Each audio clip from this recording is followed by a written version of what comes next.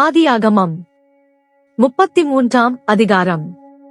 யாக்கோபு தன் கண்களை ஏறெடுத்து, இதோ ஏசாவும் அவனோடே கூட 400 மனிதரும் வருகிறதைக் கண்டு, பிள்ளைகளை லேயாளிடத்திலும் ராகேலிடத்திலும் 2 பணிவிடைக்காரிகளிடத்திலும் வெவ்வேறாக பிரித்து வைத்து, பணிவிடைக்காரிகளையும் அவர்கள் பிள்ளைகளையும் முதலிலும், லேயாளையும் அவள் பிள்ளைகளையும் இடையிலும், ராகேலையும் யோசேப்பையும் கடையிலும் நிறுத்தி, தான் அவர்களுக்கு முன்னாக நடந்து போய் 7 விசை தரை மட்டும் குனிந்து வணங்கி தன் சகோதரன் கிட்டச் சேர்ந்தான். அப்பொழுது ஏசா எதிர்கொண்டு ஓடி வந்து அவனை தழுவி அவன் கழுத்தை கட்டிக்கொண்டு அவனை முத்தஞ்செய்தான். இருவரும் அழுதார்கள். அவன் தன் கண்களை ஏறெடுத்து சிறிகளையும் பிள்ளைகளையும் கண்டு, உன்னோடிருக்கிற இவர்கள் யார் என்றான். அதற்கு அவன், தேவன் உமது அடியானுக்கு அருளின பிள்ளைகள் என்றான். அப்பொழுது பணிவிடைக்காரர்களும் அவர்கள் பிள்ளைகளும் சேர்ந்து வந்து வணங்கினார்கள். லேயாளும் அவள் பிள்ளைகளும் சேர்ந்து வந்து வணங்கினார்கள். பின்பு யோசேப்பும் ராகேலும் சேர்ந்து வந்து வணங்கினார்கள்.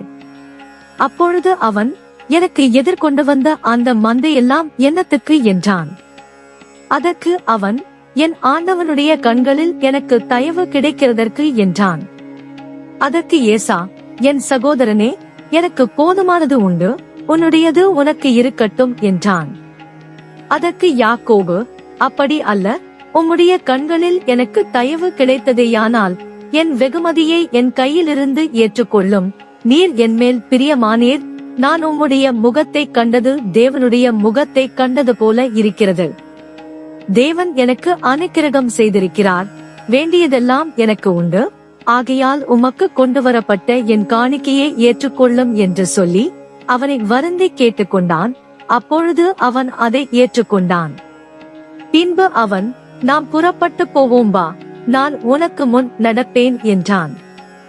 அதற்கு அவன், பிள்ளைகள் இளம்பிள்ளைகள் என்றும் கறவையான ஆடுமாடுகள் என்னிடத்தில் இருக்கிறது என்றும் என் ஆண்டவனுக்கு தெரியும். அவைகளை ஒரு நாளாவது துரிதமாய் ஓட்டினால் மந்தையெல்லாம் மாண்டு போம். என் ஆண்டவனாகிய நீர் உமது அடியானுக்கு முன்னே போம். நான் சேயீருக்கு என் ஆண்டவனிடத்தில் வருமளவும் எனக்கு முன் நடக்கிற மந்தைகளின் கால்நடைக்கும் பிள்ளைகளின் கால்நடைக்கும் தக்கதாக மெதுவாய் அவைகளை நடத்தி கொண்டு வருகிறேன் என்றான்.